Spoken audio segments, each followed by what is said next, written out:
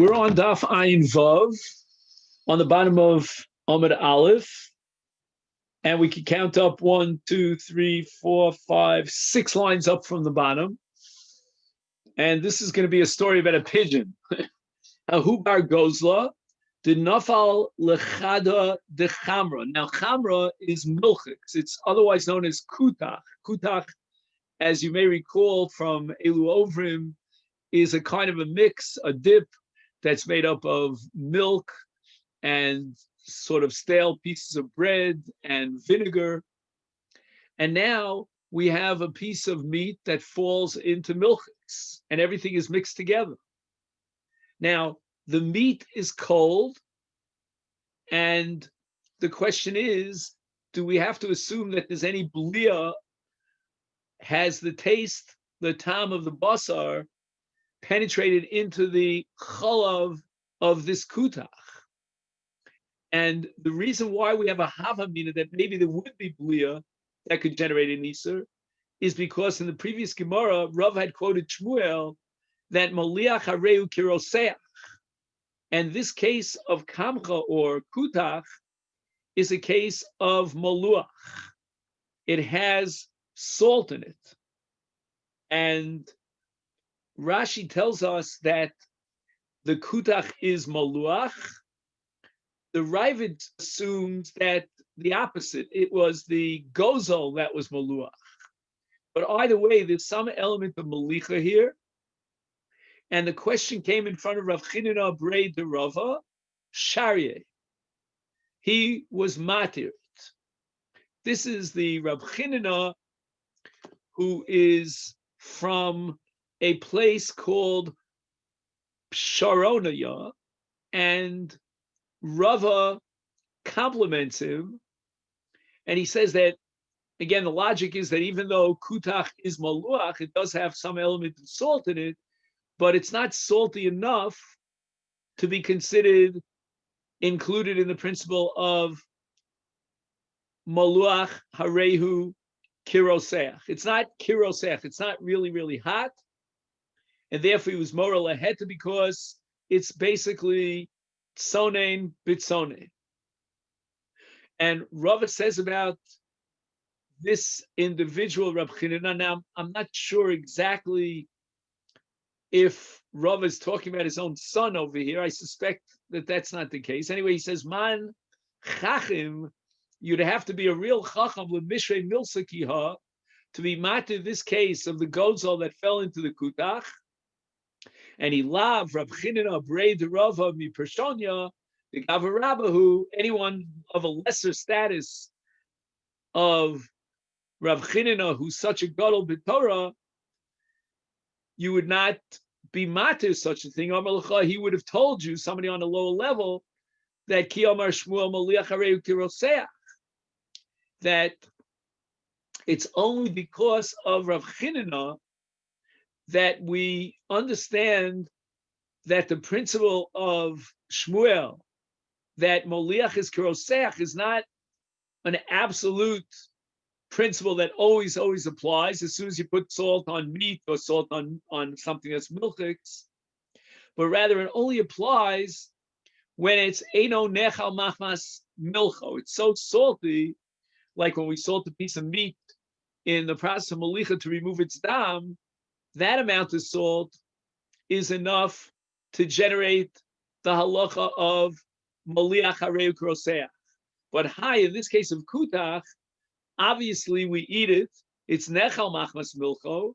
So although it may have a substantial volume of salt mixed in, but nevertheless, it hasn't become inedible because of the salt. We still dip whatever we dip into the kutach. And it means that Rava is telling us that the heter Rav Chinina is because in this case, there wasn't such a state of maluach, such that it's Eino Nechal, but rather it's Nechal Machmas Molcho. Which means that the principle of Maluach Hareu Kiroseach really applies in a very limited number of cases. You would have to have something similar, as we said before, to Malichas Basar, where you put a vast amount of salt on the meat in order to extract its dam, and at that point it's not edible.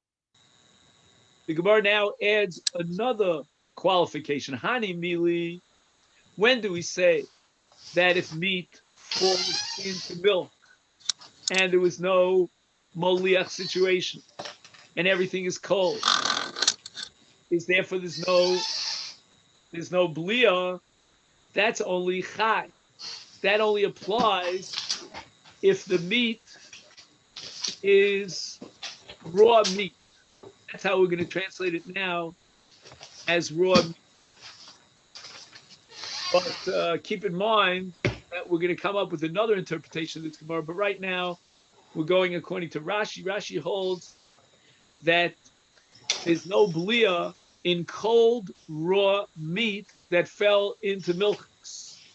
Avot sli, but if the meat was already cooked, it was already roasted, then it becomes what's called soft. It's rak, and soft milk could certainly be boleh. I'm sorry, Rabbi. There's a microphone that's open that needs to be muted. Yeah, I tried to mute all, and somehow it didn't work. I guess mute all only works when it was muted lechatchila, I guess. Is there another way I can learn how to do this for the future? I don't know, but it's very simple for people to mute their microphone. No, I'm just saying, Jeff, I'd love to learn the technology here. I thought that since I press mute all, then they give me a choice of whether or not a person could unmute themselves. So in this case, I went even farther than I usually go. It was a real chutzpah on my part. And I said, you cannot unmute yourself. But obviously that didn't register. So we have to figure out the technology. So again, we're talking about roasted meat that's cold and fell into milk. Boy klipa. The Gemara says in that case, because the meat is soft, although it's not hot, it will be boleh. It's in a sense like there are crevices in the meat, and the milk will enter into those crevices, and we need klipa. Now, what I presented to you is the understanding of the Gemara, kipshuto, that when we're talking about sli, even though it's cold, it nevertheless requires klipa in a case where it fell into cold milk. And that's the shita also of Tosfos, not here, but in the famous sugya of Tatoi Govar in Chulin on Daf Tzadi Vav Amid Beis. So, for example, if this bar gozla was already roasted and therefore became soft meat, then it's bolea even though it's cold. And that is the simple pshat in our sugya. That, oh, I'm sorry.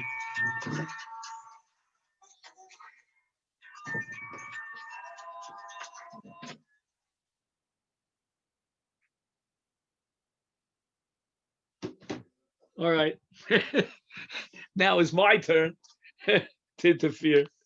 So again, just going over this one more time, there's a Tosfos in Masechet Chulin that we're trying to summarize, and he says that this Gemara about Hani Mili, that is telling you under what circumstances, even in the case of Tzonen, you will require Klipa because there is at least some minimum blia. That's an extension of the sugya that we started today with our Gozla.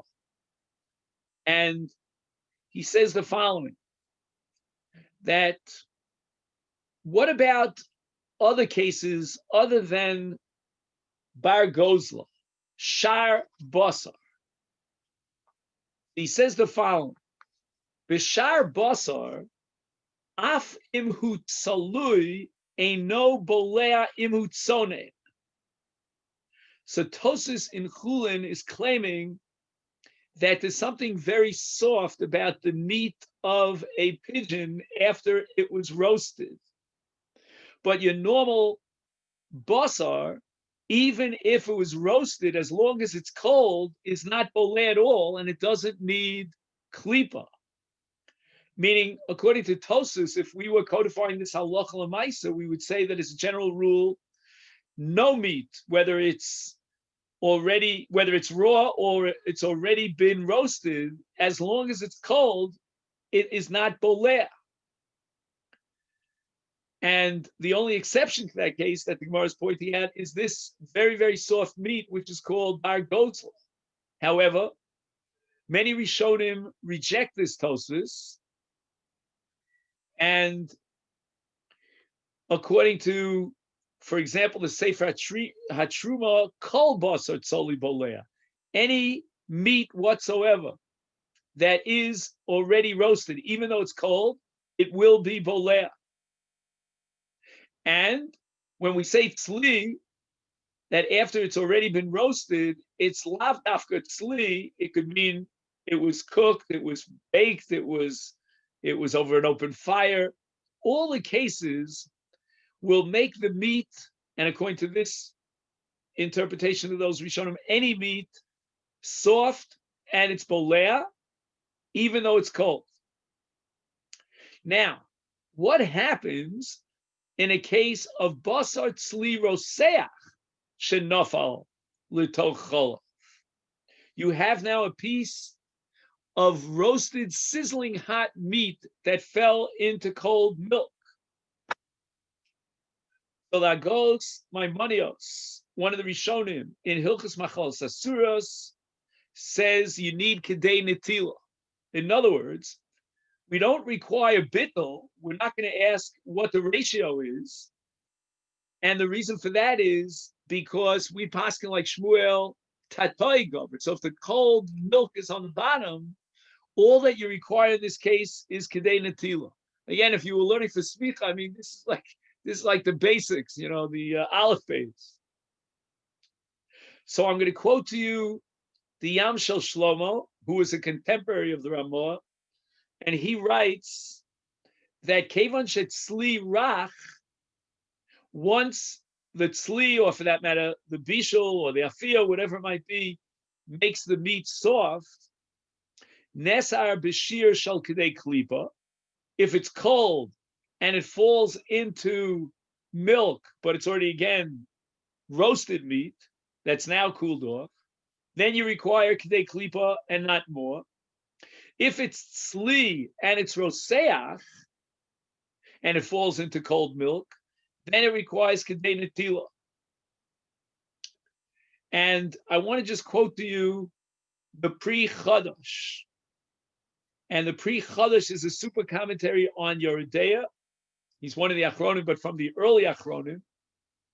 And he writes, as far as this whole presentation of the Agos Maimonides together with Yam Shel Shlomo, he says, Harei Hagmara Amr Stam Shebasa Tzli Tzarich Klipa. He says that the simple understanding of the Gemara is that all you need in a case of basar tzli that fell into milk is klipa. Mashma loshna tzonem, loshna rosea.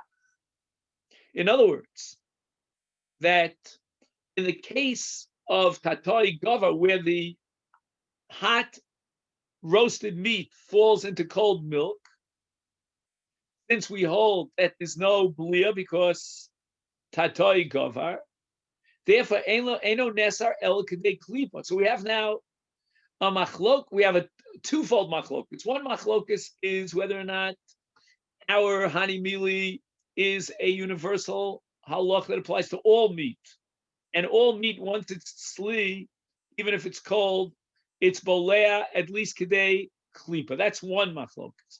That's machlokus between the Tosfos and the Sefer Truma. Now we have another machlokus with regard to tzli roseach that fell into cold milk. According to the Agos Maimonios, we jack up the nature of the blia, the scope of the blia to such an extent that now kedei klipa is not sufficient. We need netila. We have to do a real serious surgical operation to remove an entire layer of meat. And according to the Pri Chadash, since our Gemara tells us that there's a difference between tzli and chai. In chai, you don't have any blia. All you do is hadacha. But in the case of tzli, you need kedei klipa. But that's all you need is kedei klipa. And the Gemara does not differentiate between tzli cham or tzli tzonen. Even in tzli cham that fell into milk that was cold, all you need, according to the Bri Chadash, is kedei klipa, because the Gemara is unqualified.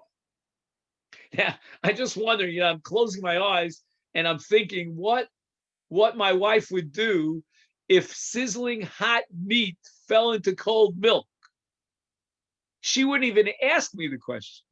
She would probably, and I think any of our ladies, our Neshei Chayil in Klal Yisrael would just throw the whole thing in the garbage. We get all sorts of questions about mixtures and this and that, but it's almost always something that's cold, or they use the same oven for both milchiks and fleishiks. They use a milchik pot for parva and a parva pot for milk. You know what I'm talking about. These are your classic questions. But to have a piece of hot meat fall into cold milk and salvage it, and according to Pri Chadash, all you need is kedei klipa. And by the way, there's a major difference, because if you need kedei klipa and you went ahead and you cooked it without removing kedei klipa, it's kosher. With the evidence. In kedei netila, you need bittul. But even in this case of hot meat, if you read the Gemara mistama, the way the Pri Chadash read it, and the Gemara doesn't differentiate or qualify that the tzli is dafka tzonen, the distinction in the Gemara is between chai and tzli, straight across the board. And in the case of tzli, even though it's roseach, says the Pri Chadash, all you need is kedei klipa. Now, I have here a quote of the Baal Ha'itur. He says that when we say that Basar Tzli is bolea kedei klipa, and let's take the case of tzonen, that's the simple case. Everybody agrees that if the basar is tzli and it's tzonen, all you need if it falls into milk that's cold is kedei klipa. Says the Baal Ha'itur, Eino elek shenof al kutach she'afsha kutach eino maluch b'shir she'eino nechal machmas molcho gave to maluch tzas, is therefore you need kedei klipa. There's another kula that this requirement of kedei klipa in our Gemara in the case of tzli is because it fell into something that's miktas maluach. We now have three madregos. We have a madrega where it's not maluach at all the way on the other extreme. We have a case of Eino Nechal Machmas Molcho, which is considered Roseach, and it's a total blia. And then in the middle, according to the Baal Ha'itur, we have a middle category, which is called Maluach V'Eino Maluach. That's what Kutach is all about. And the reason why Tzli, Tzonen, that fell into Kutach, requires, there is some blia. The minimum blia requires klipa. That's only because we're talking about kutach ros moluach. But if a basar tzli, it's already been cooked, but it's cold, and it fell into milk, non-salted milk, you would not even need kedei klipa. Just rinse out the meat and gegud, eskizut dehet.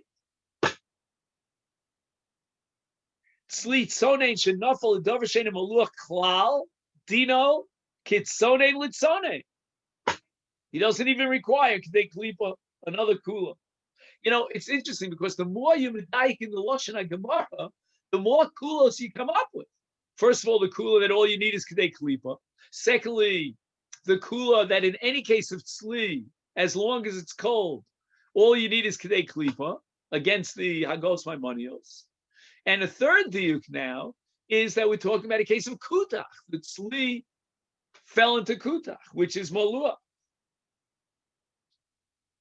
Unfortunately, for our purposes, many did not accept this kula of the Baal Ha'itur. The Bach in Yoredei Siman Tzadi Aleph rejects it. He claims that according to his understanding of the Torah, it's asur in any case of chalav, meaning the basar tzli fell into milk. There's no salt, and yet it requires kedei klipa.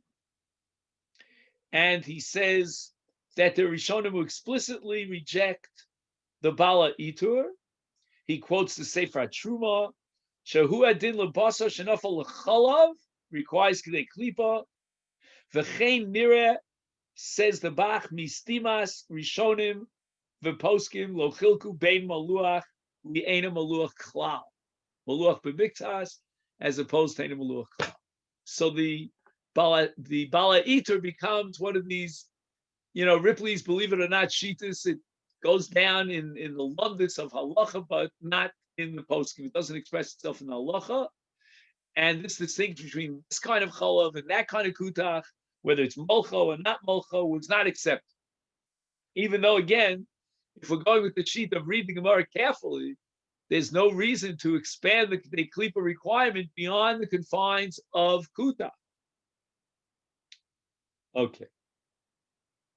Now we get to the Rashba in Torah Sabayis, and he has a whole nother take on our sugi.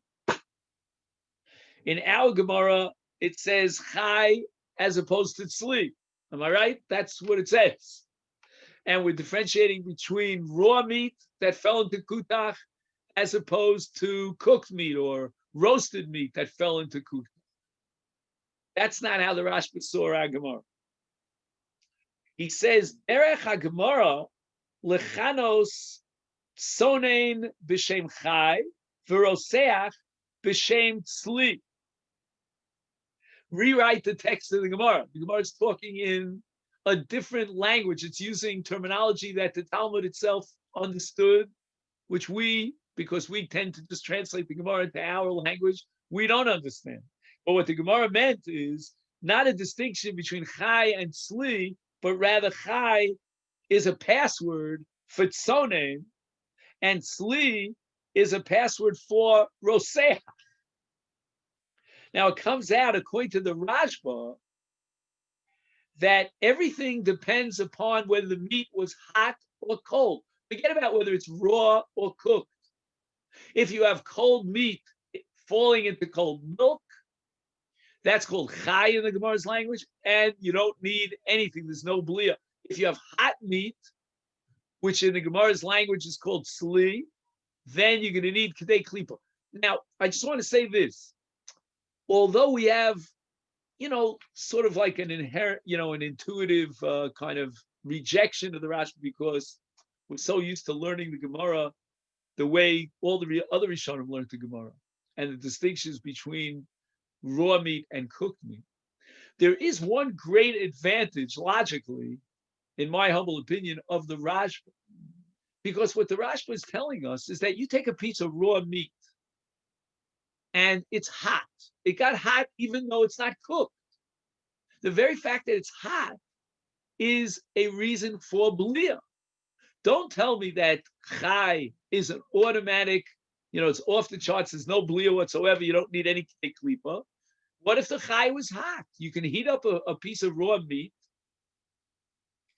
And he says that when Shmuel, in his original formulation, told us that hot that falls into cold is all you need is kedei klipa, and that's because tatoi govar, but we said ad mekar bolale purta, there's some minimum blia, even though the cold on the bottom is cooling off the hot that fell into it from the top, there's some minimum blia at the moment of contact.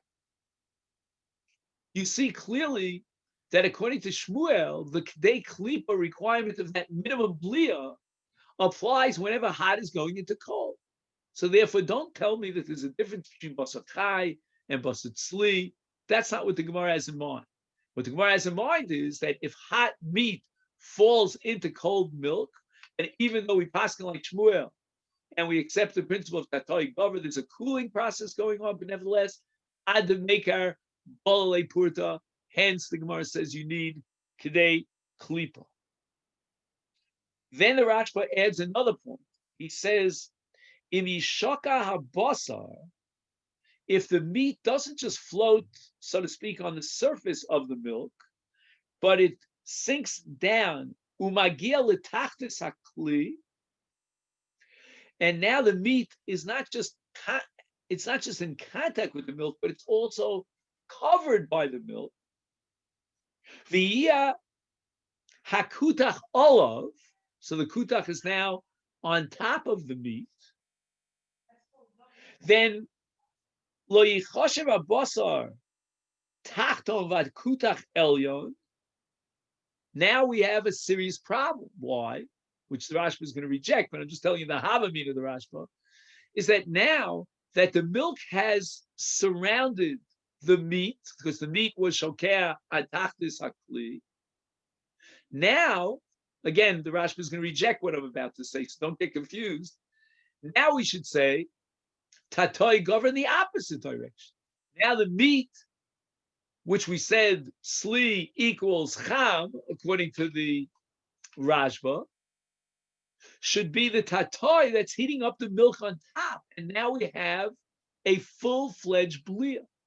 Says the Rashba, no. Lo yechoshev habasar ki tatoi, v'akutach ki iloi.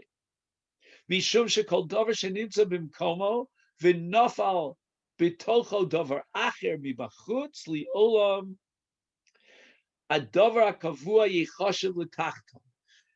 What's in motion? This is the Rashba Shita. You want to know whether to classify something as Eloi or Tatoi? The answer is what's moving and what's stationary. The stationary is called the Tatoi, and that which is moving is called the Eloi. So again, these are musagim, very new. If you're not really holding in your day, I mean, these are strange concepts to us. We think that Eloi and Tatoi means, just take a ruler and see vertically what's on top and what's on the bottom. He's saying no. When something falls into something else, that which fell in is automatically called Eloi. And that which is on the bottom, being held in a receptacle, which is called kavua, that's called Tatoi. The kutach, since it was kavua inside the kli, is defined as tatoi. And the meat, which is in this case hot roasted meat that fell in, or hot non-roasted meat that fell into the kutach, even though it's mishkababble now, and the meat made way, splashing like when you throw a stone into the water, and the meat went all the way down to the bottom of the kli, and now it's covered by the milk. You don't change the status of which is Eloi and which is Tatoi. The milk on the bottom in the kli remains Tatoi because it's kavua b'mkomo. What do you mean kavua b'mkomo? It was kavua b'mkomo before this big glub of a meat that was very heavy fell into the milk. But now it's not kavua b'mkomo. The milk, turned upside down. And then, according to the Rashba, it all depends on the relationship between what fell in and what was kavua. That which fell in always remains Eloi, and that which is receiving that which fell in is always Tatoi. Now, this sounds like a great kula of the Rashba, but if I'm not mistaken, it could go the other way around. It's very nice that you had, let's say, hot falling into cold, and the Rashba wants to be makil and say that even if at some point the cold on the bottom was, the meat coming in was submerged by the cold on the bottom, it still remains tatoi over the milk on the bottom, which is cold, is tatoi. But you could have another situation. You could have a situation where the Rashba would be machmir. Why? Because I'm going to take let me just get the case that I have in mind. I'm going to take, instead of hot falling into cold, I've got now cold falling into hot. Oh, 1 second. Again, the Rashba is saying that since the hot fell into cold, we're going to be making. Correct? So that's the cool. Now let's take the opposite case where cold fell into hot. So cold fell into hot, and now we're going to Yeah, no, that's what I said is wrong. Now he quotes the Marshal. The Marshal says that Rashi did not accept the Rashba, that Sli is a catchphrase for Roseach, but rather Rashi holds like the Shita of Tosfos, that Sli, even if it's cold, is Bolea. So again, the Rashba understood that the word Sli equals Roseach. If it's cold, then it's called Chai, even though it's been cooked and in roasted. But Rashi holds that Sli means Sli, and it's irrelevant whether it's hot or cold. So Rashi would hold that Sli Sonen is Bolea. Even though, again, it's Sonen that fell into Sonen, once the meat is Sli, it is Bolea. Again, we're talking about the minimum Blia. All it requires is Kedei Klipa, but nevertheless, there is Blia. Now, the Shach has a different take on Rashi, and he says that Rashi Dibra Maskal V'i. Rashi says Ubar Gozla Sonen Hava Kidim Farish. In other words, according to the way the Shach reads Rashi very carefully, why did Rashi interpret Gozla as Sonen? And the Gemara now is going to tell us that we're talking about something that's raw, right? The case of Bar Gozla is something that's uncooked, and therefore, Rav, what was his name? Rav Chinina, right? Rav Chinina was matir without any sort of requirement of klipa. No, there's no blia, and he was matir. Why? Says the Gemara, because we're talking about chai. So Bar Gozla is chai. Now, why did Rashi add that the Bar Gozla is sonen? Because the Marshal was medayik from Rashi that Sli is Roseach. I'm sorry. Let me take that again. The Marshal is medayik from Rashi that Sli is not a case of Roseach, the way the Rashba interpret the word Sli. But why did Rashi go out of his way, says the Shach, in the case of Bar Gozla, and tell you that it was Sonen? It must mean that Rashi understands that the word Chai means Sonen, which is exactly the Rashba. And Sli, therefore, by process of elimination, becomes Roseach. In any event, just to summarize, we have a major plugta here between the Marshal and the Shach. I mean, the Shach was a little bit after the Marshal, but they were almost contemporaries about how to interpret Rashi's Shita. The Marshal, which is the well-trodden pathway in Rashi, holds that Rashi understood that Sli means Sli, and Rashi never said that Sli was Roseach, whereas the Rashba said that Sli is Roseach. Okay, next. V'lo Amoron. Okay, we're up to V'lo Amoron, and we're about to turn to the last line on Ayin Vav Amud Aleph. Do you have it? V'lo Amoron.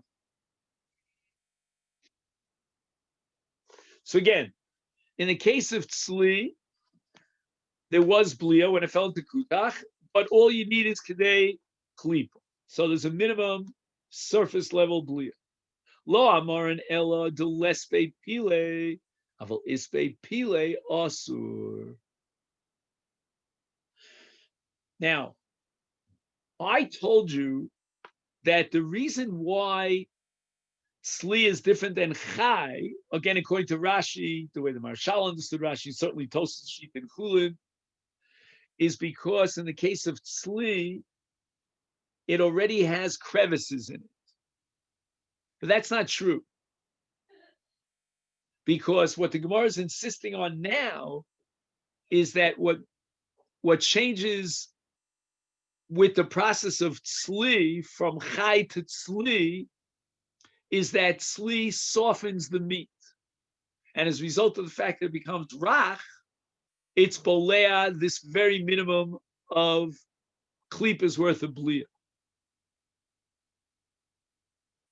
Correct? That's what the Gemara is holding, not the way I told you that the reason for the blia is because as a result of tzli, you no longer have a smooth whole surface on the outside of the meat. You now have crevices. Nay, the Gemara is saying that tzli, let's say in the normal case of Kedei Klipa, means that even after it's tzli, it still remains smooth on the surface level. And that's why Klipa is enough. But if you look at the meat and you see that the meat has crevices in it, called pile, then you're going to need bittel, meaning there's a total blia.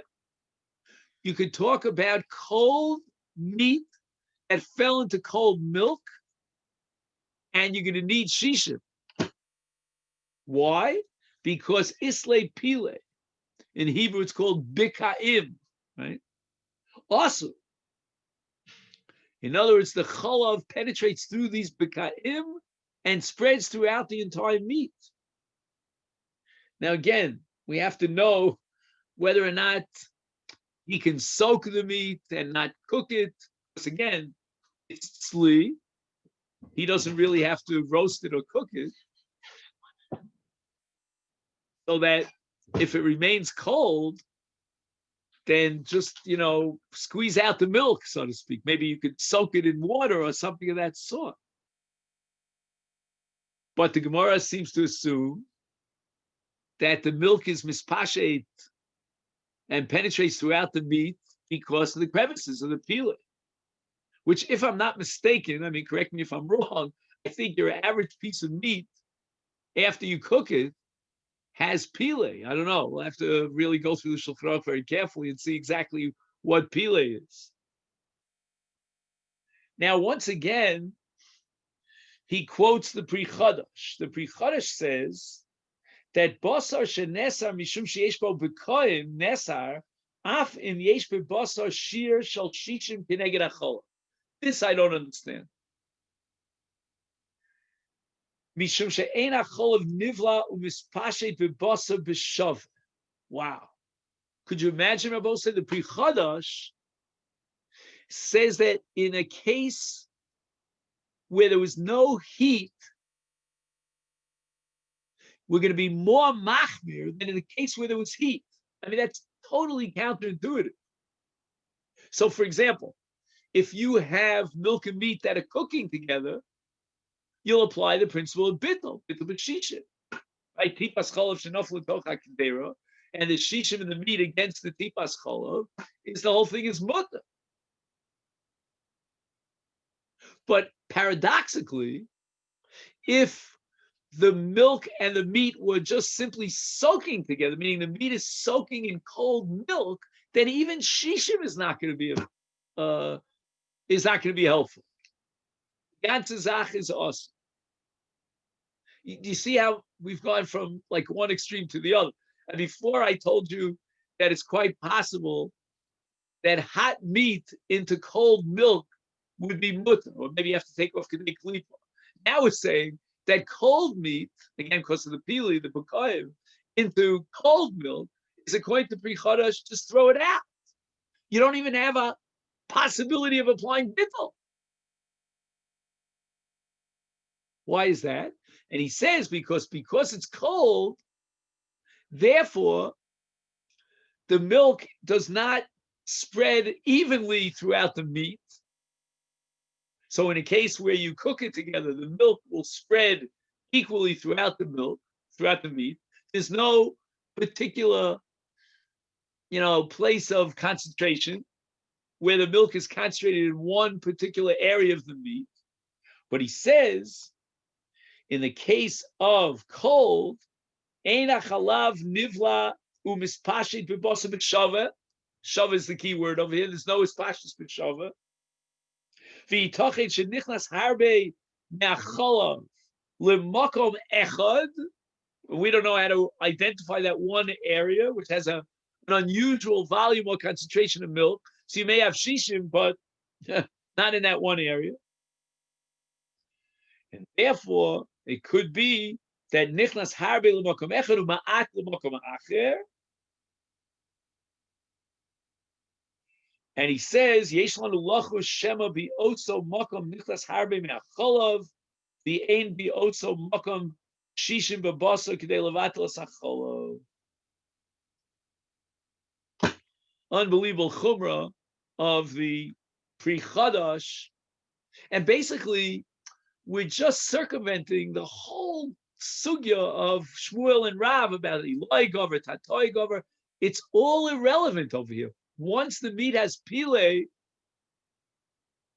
and the milk is now going to penetrate into the basar, and the Pri Chadash takes us one step further. He says, you're not even going to be able to rely on Shishim because the principle of Shishim is based on his Pashtus B'Shava, and here there's not his Pashtus B'Shava. And finally, the last chumrah of the Gemara is Ve'i mitubal betavle asu. If let's say the basar that fell into the kutach was spiced. Now, when we say it was spiced, we're not talking about basar chai. I mean, you wouldn't spice raw meat. I mean, again, we could discuss a case where you did. But what the Gemara is discussing is a case where in the process of preparing the meat, of roasting the meat, there was tavlin that was added to the meat. Hatavlinin hamisbashlim imo, merachachim oso, ukshu nofel akusach, hatavlinim shoavim esakutach umavliim oso b'chol habos. How does the physics of mitubal b'tavlinin operate? How does it create a total blia? It's the power of these spices to draw the milk into the meat. We have a new agent that draws the milk into the meat. There's no heat that would normally draw it in. There's no bukoyim, to allow the milk to penetrate through these crevices in the meat. But the meat is mitubal b'tavlin. V'tavlin shoev esakutach umavlia oso b'chol habasa. Now, I'm happy that we're talking about b'chol habasa because we don't have to apply the chumrah of the Pri Chadash in this case. We can be matir b'shishim. We're not going to assume that the milk or the kutach that was literally drawn into the meat is concentrated in one place in the meat, but rather mavliim oso b'chol habas.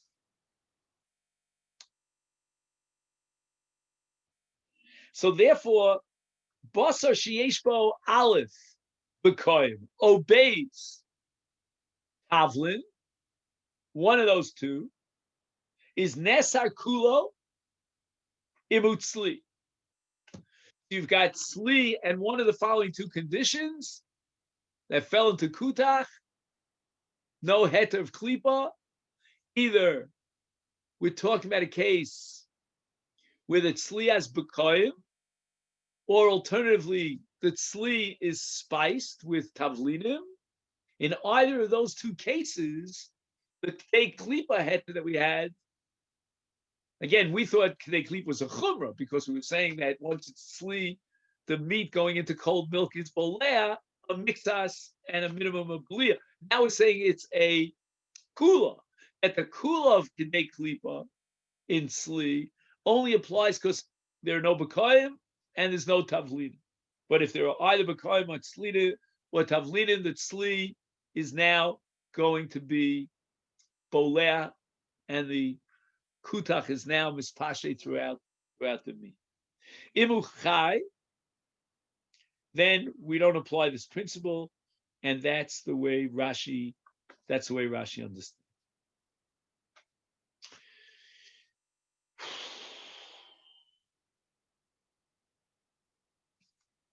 Omar Rav. Now we turn to Daf Ayin Vav Amud Beis, and now we get to the sugya of Reach. So imagine if you would have an oven, and inside the oven you are baking or whatever you're doing there, you're cooking both milchiks and fleishiks. Let's assume there was no negia, there was no spillover, but there's reach. Do we assume that the reach of the meat penetrates into the milk, vice versa, and reach itself is like tam ha'isur? In the case of a korban pesach, it could be relevant. You have two chaburos that are sharing one oven.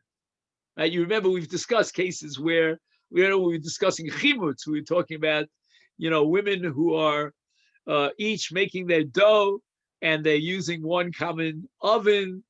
Remember we had the staggering system and so forth. Here what we have are two chaburos that are sharing the same oven. Now you might ask me, so what's the issue? Who cares? I mean, this is a korban pesach and this is a korban pesach. The problem is, believe it or not, that your korban pesach is no good for my korban pesach. If my korban pesach is bolea from yours, meaning you belong to chabura A and I to B, then the blia of your korban pesach of chabura B into my korban pesach, I belong to a different union, to chabura A, is going to answer the korban pesach. Could you imagine? Ish, right? What does it say there? Ish lebeis avos, ish labayis, whatever it's like, michsa beso, all the psukim in Parshas Bo that we'll read this Shabbos. Total separation of two chaburas. Now, if the two korban pesachs were bolea one from the other, that's a serious, serious problem, hands down.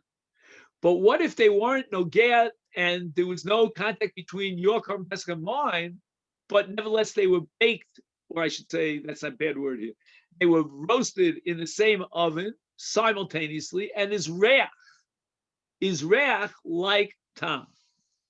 Omar Rav, basar shchuta, shamein. Now, shamein means reach. I don't mean literally, but in halacha, when you're learning the laws of taroves, as soon as you hear the word shamein, then you're talking about reach. So you have a very fatty piece of meat and you roast it, then the reach spreads throughout. I mean, it's like if you've ever been in a park on Yom Ha'atzmaut, you know what I'm talking about. They're doing naf here and there and elsewhere. You're smelling meat wherever you go. Now, he took kosher meat, basar shchuta, shamen, so there's going to be a problem of reach. Shetzla'o im basar nevela kachush. So that in the same oven, he is roasting both mutar and asa, both shchuta and nevela. The only problem is that the reach here is coming from the shchuta, because that's shamen. The nevela was kachush. So lechora, if not for Rav, I would have said, even if I grant you that reach is like tam, but it's only a one-directional transferal tam. It's going from the shchuta into the k'chusha. Why does Rav say that even if lo nagu zebazeh, they each had a separate spit, right? They did social distancing between the shchuta and the nevela. Also, why is it also? I mean, to what extent do we assume that through the agency of reach, the shchuta was bolea from the nevela. The nevela, after all, is kachush. So the Gemara itself asks this question: my timer. Why does the fact that they were roasted simultaneously in the same oven generated an iser on the shchuta? So the Gemara answers, Mifatmi me'adadi. Somehow, right, like Pitum Aktoris means the smell of the Ktores is spreading. In fancy Hebrew, it's called lihit basem. So that the reach from the shchuta somehow spreads and penetrates into the kucha, and then it goes back. And now the kusha was mitbasem, and since now the tzli process is continuing, the shchuta is mitbasem, and it's mitbasem from the reach of the kusha. So he writes here, in the name of the Aruch, Reb Nosson the Aruch, he says, Misbasmim ze mirecho shel ze. It's reciprocal. And he goes on to say that the reach hanodef me'ashuman, that's the shchuta, nivla bebasar nevela umevasmo. Now the nevela, even though it's kusha, is mitbasem. Vayidei kach gam basar nevela kachush. Now we apply the same logic or the same principle that we applied to the shchuta. Shchuta, we said recho nodev. Kusha in and of itself would not be recho nodev, but now that the kusha was misbasem from the reach of the shchuta, now it itself is recho nodev. It also has a reach. So the reach of kusha in and of itself, dormant in its original natural state, would not be recho nodev. It would not produce a reach of an nevela. But once it's misbasem, it's again that ping pong theory that we spoke about, right? You bounce the ball and it boomerangs back, and now the tam of the basa shchuta, which through the agency of reach enters into the kusha, now the kusha becomes basa shenis basem. It's like it's a shmena, and now it sends out, emits a reach nodev to the basar ha shchuta. Al yidei kach basar nevela kachush recho nodev bechozer umevasem es basar shchuta. So now the basar shchuta not only gave tam to the kusha, but also received the tam. Again, when I say tam, I mean reach from the kusha. It was reciprocal. So the principle that underlies Rav is that reach shel davar asur oser es haheter, and it's considered as if the reach was mavlia from the iser into the heter. The heter now is bolea the iser because of reach. Levi disagrees with Rav. For Levi, Omar afilu basar shchuta kachush shetzlao im basar nevela shamein muter. My time arecha bialmu v'arecha lav milsi. You've all heard this phrase, but sometimes we don't know where it comes from. This we've been hacked right in Kaparai, that recha lav milsi. All the heterim, if you accidentally, you cooked milchiks in a fleshik oven, is all based on this Gemara. So Levi says, I'll turn it around the other way. You've got basar shchuta that's kachush. It doesn't have shuman. It doesn't emit any reach. And you roasted it in the same oven simultaneously with basar nevela shamen. That certainly is recha, is nodef recha. It's mut. Because reach lav milsi does not accept the fundamental equation of Rav that reach equals tam. And not only that, Ovid Levi Uvda, Beiresh Kalusa, Bigdiv Davarach. Davarach is a pig, so they cooked or roasted, right? The meat of, we'll call it bacon meat together with kosher meat in the same oven simultaneously. And this happened in Beireish Galusa, right? The Gemara often describes, the kitchen of the Beireish Galusa because they served, the public. So there was a lot going on in that kitchen, a lot of heavy industry, and Levi was the Mashkiach Kashrus. And a Maisa happened in Beireish Galusa.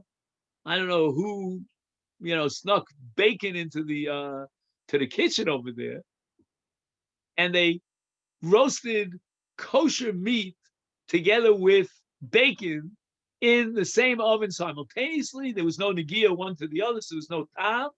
Ella, there was reach, and maybe the pig's meat was shamen, and the kosher meat nebuch was kakush. But nevertheless, Levi was mat. Meisvei, what are we going to do with the Korban Pesach? The Brisa says it ain't sol in shnei psachim ki echad. Right, you have two psachim from two different chaburas that are being roasted simultaneously in the same oven, and we're not allowing it. Why not? Mipnei hataroves. Now, what are we talking about, taroves? Are we talking about that we're afraid that uncle's Korban Pesach from this chabura will come into contact with Beryl's Pesach from that chabura? He says, "My love taroves tamin." Why not assume that when the Brisa uses the words taroves, it means taroves tamin, which would be excellent according to Levi, because Levi holds that the only Isser of Blia is tam, but not reach. So the Gemara says, my mistake here. I'm sorry. I thought the word tam is in contrast to reach, and this would therefore be support for Levi. The Gemara understands that the word tam is reach.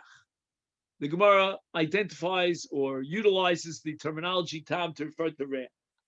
Klomar, shnei hapsachim anitzlim b'tanur echad misbasmim heim mirecho shel zeh v'shel zeh bazeh, v'areze kmo shebolu zeh tamo shel zeh.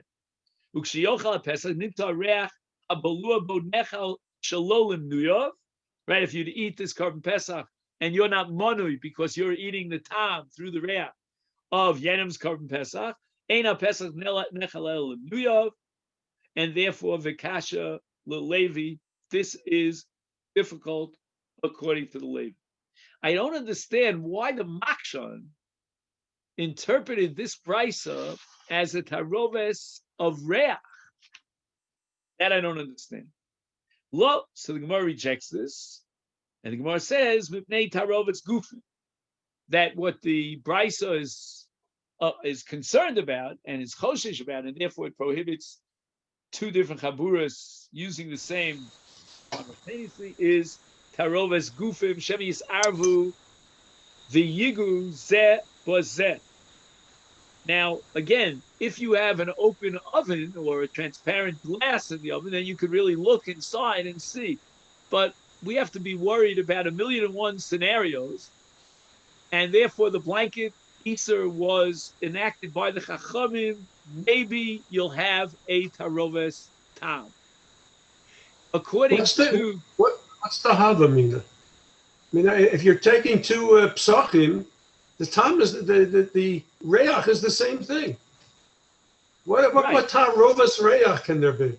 If you assume that reach equals tam, according to Rav, then the reach that's going from one Korban Pesach is going into the other. That's shalolim nuyah. You're basically eating a Korban Pesach that you don't have any minui on the Korban Pesach. You're not allowed to eat from that Korban Pesach. But it's the same. I don't understand. I mean, why are you assuming that the smell or the taste even is being transferred? I mean, they're the same. You mean to say? How can you possibly? How can you want to apply the principle of min b'mino? You mean? Is that what you mean? It's taka. So if you're barbecuing over here a Pesach, and you're borrowing over here to Pesach, you're going to tell me that the ta'amim are different? They're the same. It's Why? very interesting because although the Chachamim hold that min b'mino is batel, and Rabbi Yehuda is the one who argues that min b'mino lo batel, we actually paskin. I wouldn't say all the Rishonim, but like Rabbi Yehuda, even though he's a das yochid, that min b'mino afilu be'elef lo batel. I mean, if you want, I can research that for the next year. But if you assume that min b'mino, like Rabbi Yehuda's afilu be'elef lo batel, then adarabba, that's if you have a kosher and a treif. We're not too we have two kosher things. Well, what is I being would say transferred? That your carbon pesach is treif for me and mine is treif for you, because you're money on one carbon pesach and I'm money on a different one. So if I get the time of your carbon pesach, then I'm eating it shalom nuya. If I'm not money on your carbon pesach. And if we accept another equation that reach equals tam, which is Rav sheet against Levi, then this brisa that we're learning is giving you an absolute Isur. It's not a chashash that we're worried, oh, maybe there was contact between the two karbonos and he didn't know about it. No, forget about contact. There's definitely reach going from one carbon to the other, which equals tam, and therefore it's eating it shalom nuya.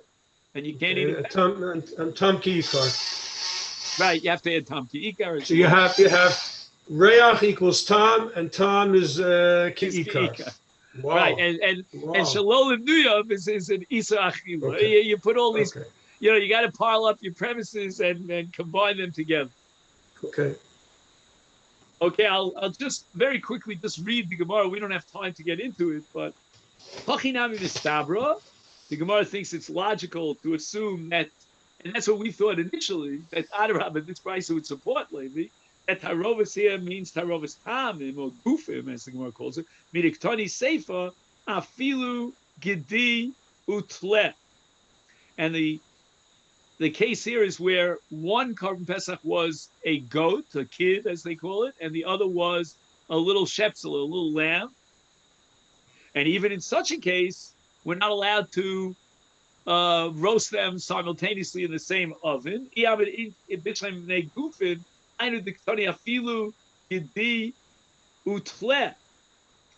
words, even though they're different one from the other, we still are afraid that maybe he might not realize that there was some contact. Even though l'chora, if you have eyes in your head, you'll be able to see it.